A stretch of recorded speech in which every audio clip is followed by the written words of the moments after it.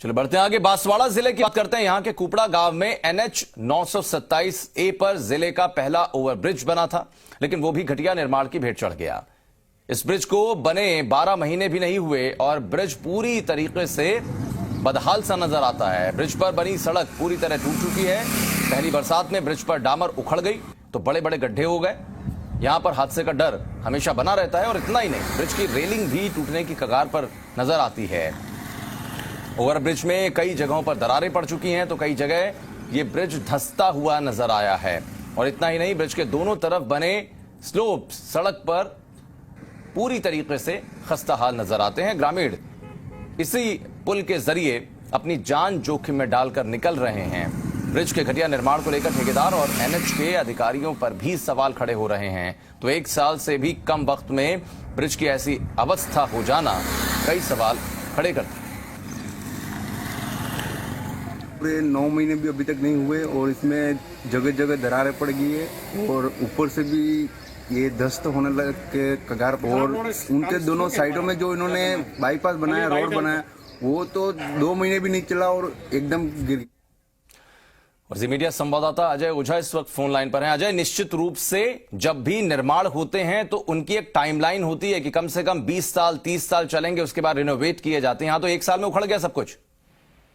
जी बिल्कुल, ये जिले का पहला ओवरब्रिज है। NH 927A में कुपड़ा गांव बना है जो पूरी तरह से घटिया निर्माण हुआ है। इसकी पहली बरसात में इस घटिया निर्माण की पोल खोल दी और जो पुल के ऊपर जो सड़क बनी वो पूरी तरह से खस्ताहाल हो चुकी है, बड़े बड़े गड्ढे हो चुके हैं। इतना ही नहीं, ओवरब्रिज में दरारें भी आ चुकी है और रोजाना जो इनकी संपर्क सड़क है पुल की वो भी पूरी तरह से खस्ताहाल हो चुकी है। यहाँ से जो लोग गुजरते हैं वो हादसे का शिकार हो रहे हैं। कई बार NH के अधिकारियों को इस बारे में अवगत कराया पर अधिकारियों ने ठेकेदार की कार्रवाई नहीं की है और आज ये पूरी तरह से बदहाल पड़ा हुआ ओवरब्रिज है। जी अजय, बहुत शुक्रिया आपका इस तमाम जानकारी के लिए।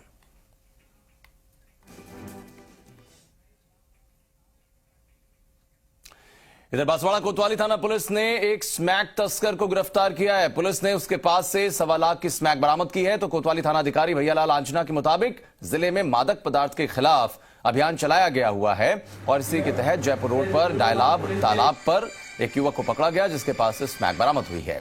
गिरफ्तार युवक प्रतापगढ़ से स्मैक बांसवाड़ा सप्लाई करने के लिए आ रहा था, ऐसा बताया जा रहा है। इंफॉर्मेशन मिली थी कि एक पप्पू लाड़ी करके एक व्यक्ति है जो खुद गर्दुला है और प्रतापगढ़ साइड से कोई इसमें मादक पदार्थ खरीद के ला रहा है। इस पर DST और थाने के जाब्ते द्वारा नाकाबंदी कर आज हमने उस पप्पू लाड़ी जो हुसैनी चौक का रहने वाला है उसको पकड़ा है। उसके कब्जे से 11 ग्राम इसमें ब्राउन शुगर बरामद हुई है।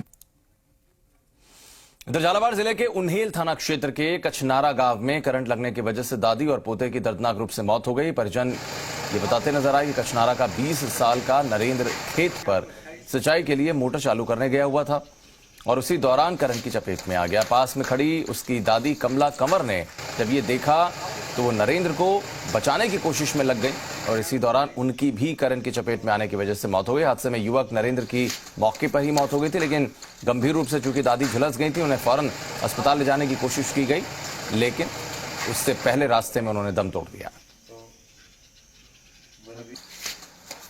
नरेंद्र सिंह सुबह पहले कुएं पर गया तो वहाँ ठेल बनने के लिए मोटर चालू करी तो मोटर चालू करते ही उसका करंट का झटका लगा और वो नीचे गिर गया। तो उसकी दादी उसको छुड़ाने गई तो उसको भी करंट लग गया।